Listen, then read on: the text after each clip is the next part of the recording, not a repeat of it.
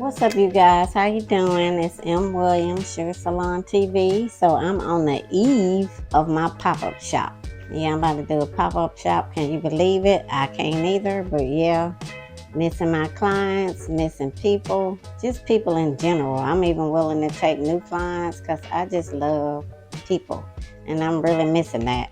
But first of all, I want to talk about new ways to hire. So we're in a different climate right now. We're in a different day and time right now. And I feel like if you're a salon owner, especially if you're a storefront owner, you're going to have to dare to be different. You're going to have to just dare to be different. I just feel like, you just can't do stuff as the norm. Thank you. Times are different. Things are different. People's expectations are different.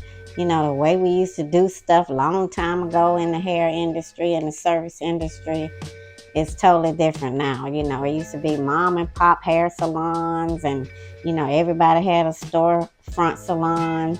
It wasn't where you can work in Walmart or you can work in a beauty supply or you can work in a salon suite.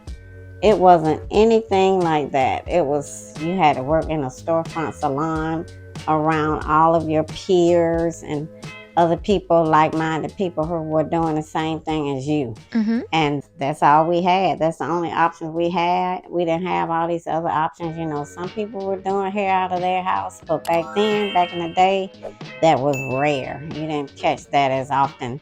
If people was doing hair out of their house, they may be doing Ray hair, auntie hair, Shaquita, Pookie and them, they was doing their hair or whatever, and mainly relatives or something. They weren't trying to do it for a living out their home, at least in my opinion. So, if you're a storefront owner, to me, in my opinion, if you're a storefront salon owner, you're not in high demand like it used to be back in the day.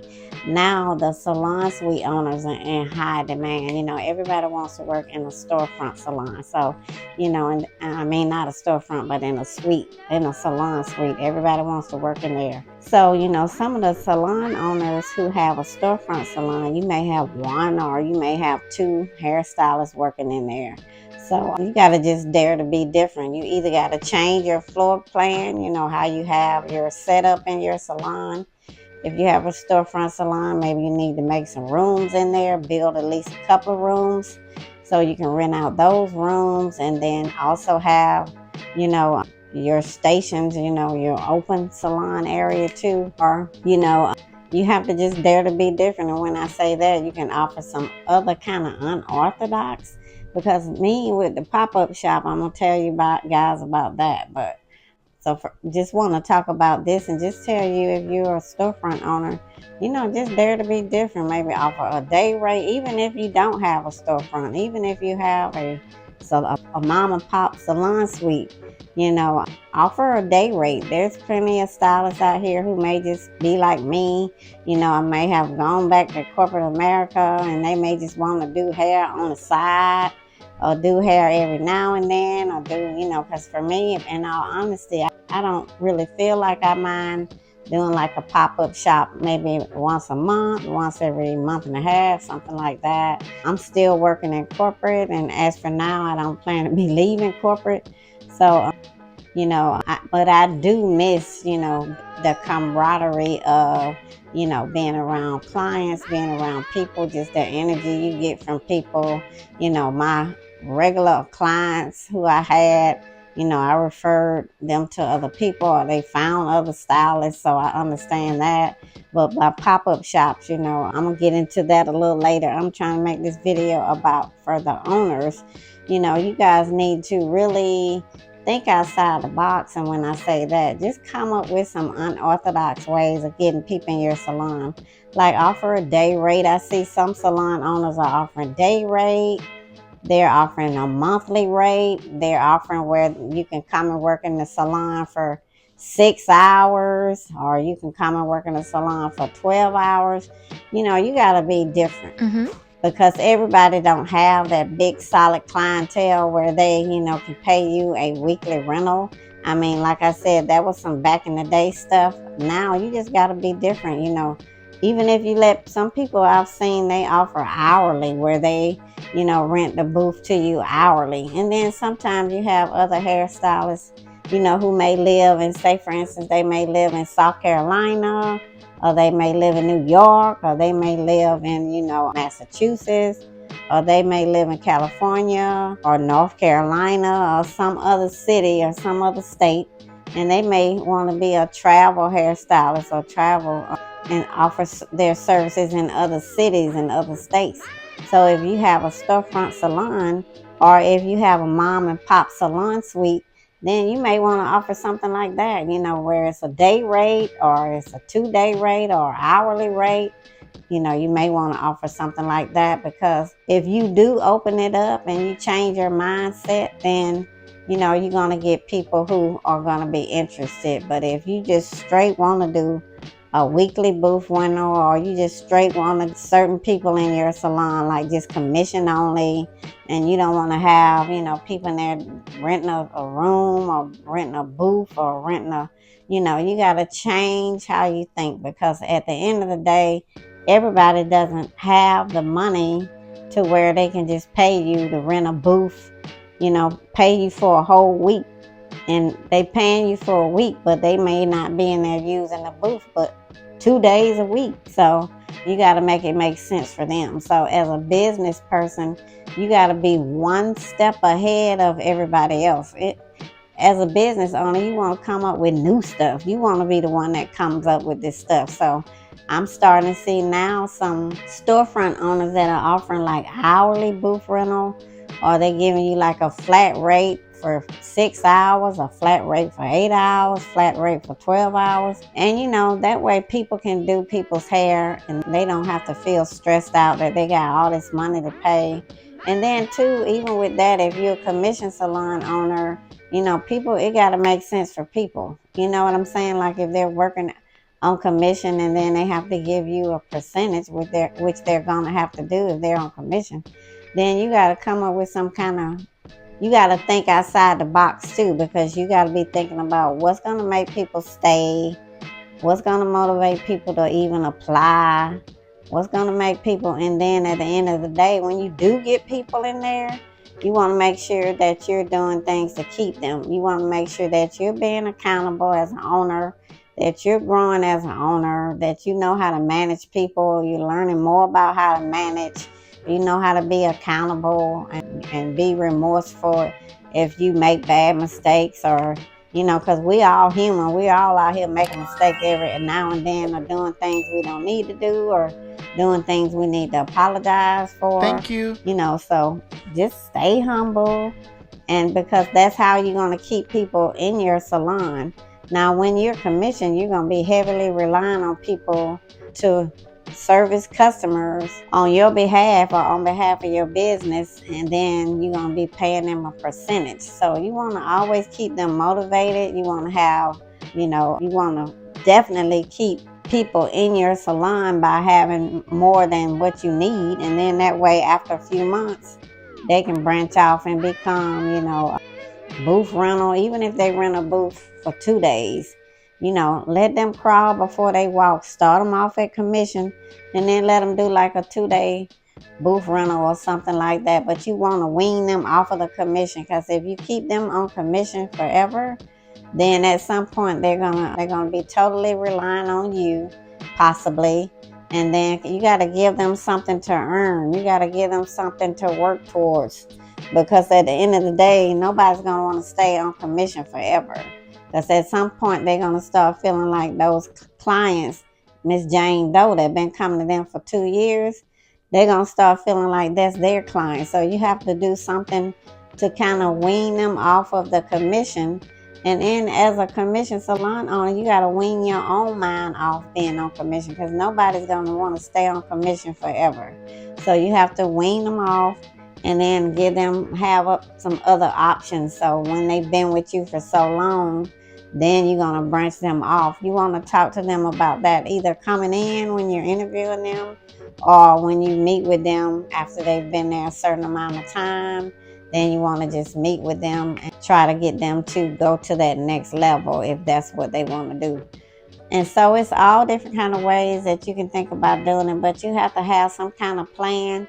And then say, for instance, if whatever kind of salon that your salon caters to, whatever kind of clients your salon caters to, whether they're relaxed hair clients, whether they're natural hair clients, whether they're Caucasian clients who wear cut and color, or whether they're, whatever is the lump sum of the clients that's bringing the revenue in, then you want to make sure that you always cater to them, the ones that's bringing in the most revenue, the clients that you see the most. You want to make sure that you continue to offer other services as well, and to them, to motivate them to get other stuff than just cut and color.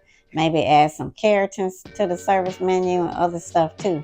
But you always want to be thinking outside the box. You always want to be one step ahead.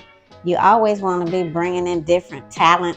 Maybe if you have like somebody in there who they just do natural hair, then maybe you want to bring somebody in who specializes in short hair, or maybe you want to bring a barber in, or maybe you want to bring somebody in who do lashes or nails. You want to be this one-stop shop place of business, or you should be aiming to be that, because the more services that you offer, the more 9 times out of 10 people are going to be coming to your salon to get those services. Like if you had lashes at your salon, if you have somebody in there offering lashes or nails or something like that, then when they come in and get their lashes or nails done, they're going to see you got a braider in here, you got a natural hair stylist in here, you got somebody in here doing short hair, pixie cuts, and slanted. You always want, so they're going to end up not just getting their nails done, not just getting their lashes done, they're going to want their hair done too, because they're going to see that this place offer all of this other stuff too. Once I get my nails done, I don't even have to leave. I can just go to the next chair and get my hair done too. So don't just focus on, the 1 or 2 services. If you're a natural hair salon, don't just focus on natural hair and braids. Get somebody in there who specializes in relaxed hair, who specializes in pixie shortcuts. You may want to try to get a barber, or either you can find a male barber or a female barber. They have female barbers out here too. So you might want to do that. But always, as an owner, you always got to don't limit your business. Don't limit, because all money is green, and all money will pay for your bills. All money will help pay for your overhead. So you always want to be thinking outside of the box. You always want to be one step ahead. And you never want to get in a situation where you're relying on 1 or 2 people.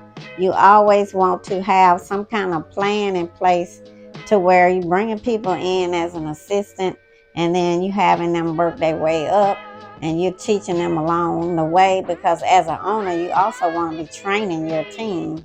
You want to invest in your team as well. And, that'll motivate people to stay too. If they see you got education, you're training them. Because a lot of salons don't really do that. Some of them do, some don't. So you want to dare to be different. You always too want to have, like I said, a plan B, another plan in place, so that if this don't work out, or if that don't work out, or if the third don't work out, or if this person was doing the most and now they about to leave, or now they gone, or now they don't want to work certain days no more, or now they don't want to be there anymore, you will already have a plan B. You don't want to be searching for a plan B, because in business, things are changing all the time, especially in the service industry. People change their mind all the time. Things change a lot, so you always want to have a plan B. Because at the end of the day, whatever people do that work in your place of business, at the end of the day, you as the owner, you still got to pay light, water, gas, rent, all this other stuff. You still your landlord. They still going to want you to be paying all this stuff, whether you have 2 employees or 10, whether you had 10 and now all you got is 4. They don't want to hear all these excuses. They just want the rent to be paid. The water got to be paid, the gas, lights, all this other stuff got to be paid, taxes. So at the end of the day, it behooves you and benefits you as an owner to always be one step ahead. Don't let one monkey stop the whole show. You always got to be one step ahead. Always. You always got to have a plan B.